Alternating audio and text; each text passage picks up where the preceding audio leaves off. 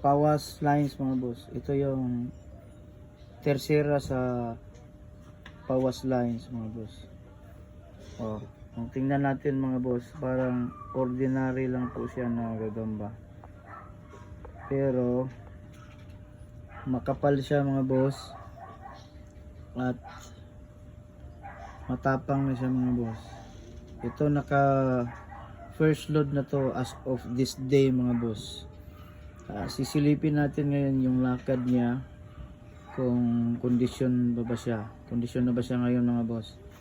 At before natin siya silipin yung galaw niya mga boss, yung nga palang mahilig sa talpakan dyan o yung gusto magtalpak, i-PM nyo lang po yung Facebook account po ni Ma'am Ina, csrb.ina mga boss. Legit po yon, 100% legit po yung mga boss. Talpak na kayo mga boss. At yung link niya sa Facebook nasa baba ng comment section ko po mga boss sa video na to.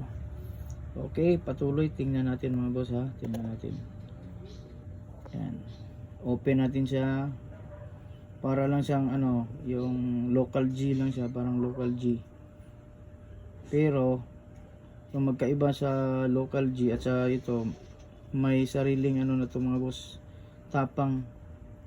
Kumbaga yung tapang niya kapag hindi pa siya na babad sa conditioning, meron na siyang 80% na tapang mga boss. Unlike sa mga local G is nasa 50-50 lang ang tapang doon. Ito yung galawan niya mga boss, oh. Yan, oo.